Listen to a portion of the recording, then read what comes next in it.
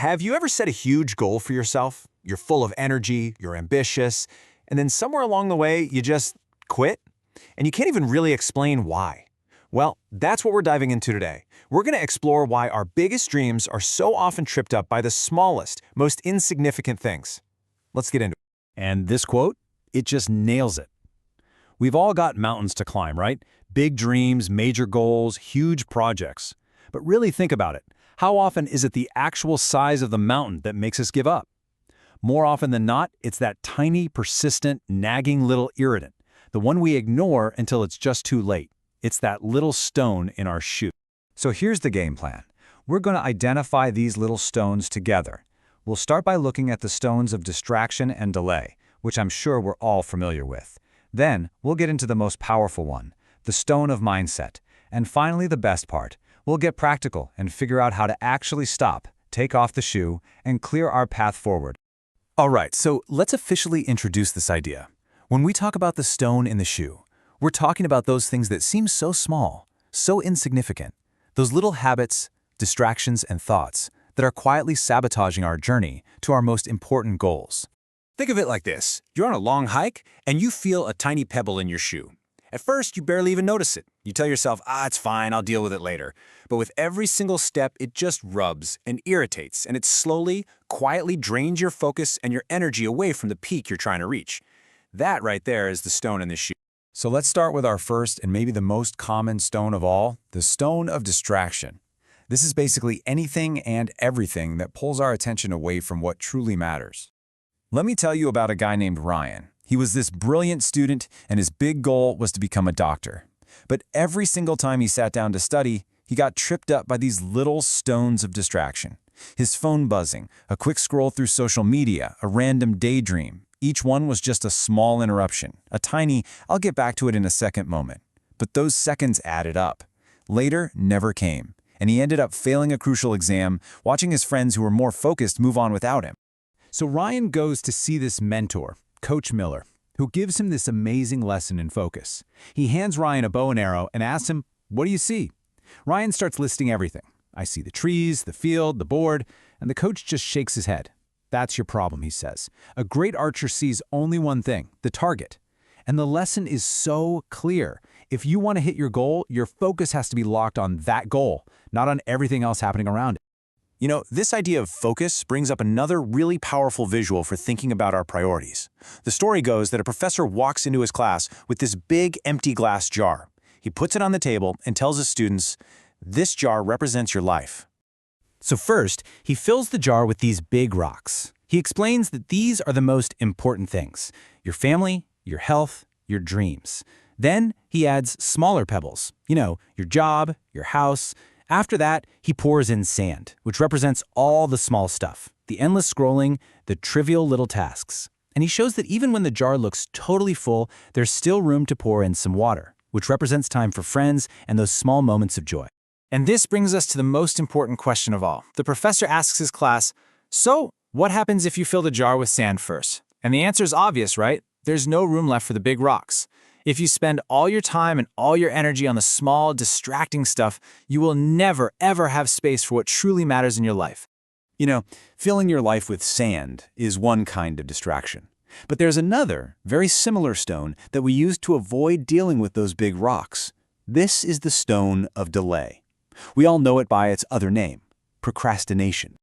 This reminds me of the story of Jake, who was, let's be honest, a very lazy kid. His grandfather gives him this incredible gift, a magic stone that can turn iron into gold. It's a life-changing opportunity. But of course, there's a catch. He only has until the next evening to use it. Jake is thrilled, of course, but what's his first thought? "I'll start tomorrow." The next morning comes and it's, "Okay, but let me eat first." After breakfast, it's, "You know what, I think I need a quick nap."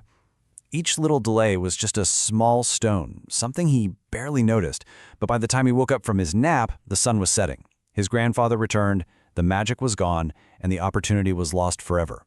He had a golden ticket, but the tiny, repeated act of putting it off meant he lost everything.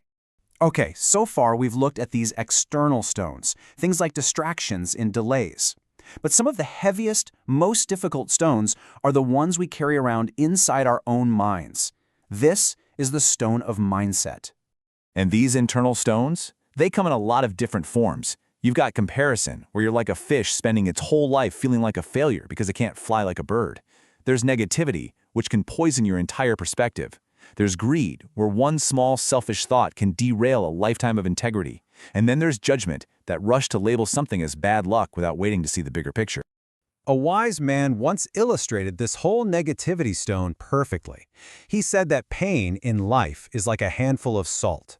Now, if your heart, your patience, your perspective, is the size of a small glass of water, that salt makes the entire thing bitter and undrinkable. But if your heart is as vast and deep as a lake, that exact same handful of salt has almost no effect. The pain is the same. It's the size of the container that determines its impact. And that brilliantly illustrates the problem with making quick judgments. You might have heard the story of the farmer whose prized horse ran away. All his neighbors came over and said, "Oh, what terrible luck." The farmer just replied, "Maybe." A week later, the horse returned, bringing a whole herd of wild horses with it. The neighbors cheered, "What amazing luck." And the farmer said, "Maybe." Then his son broke his leg trying to tame one of the horses. "Bad luck," they all said. But soon after, the army came through, drafting all the young men for a deadly war. But his son was spared because of his injury. The lesson? We just don't know enough to immediately judge whether something is good or bad. Okay, we've identified the stones that are tripping us up. So now for the most important part. How do we get rid of them? How do we actually clear our path so we can make it to the summit? Let's go back to Coach Miller, the guy who taught Ryan about focus. He gave him 4 simple rules for building discipline. First, control your thoughts. When your mind wanders, you have to actively bring it back. Second, make a routine. Your brain loves a good routine.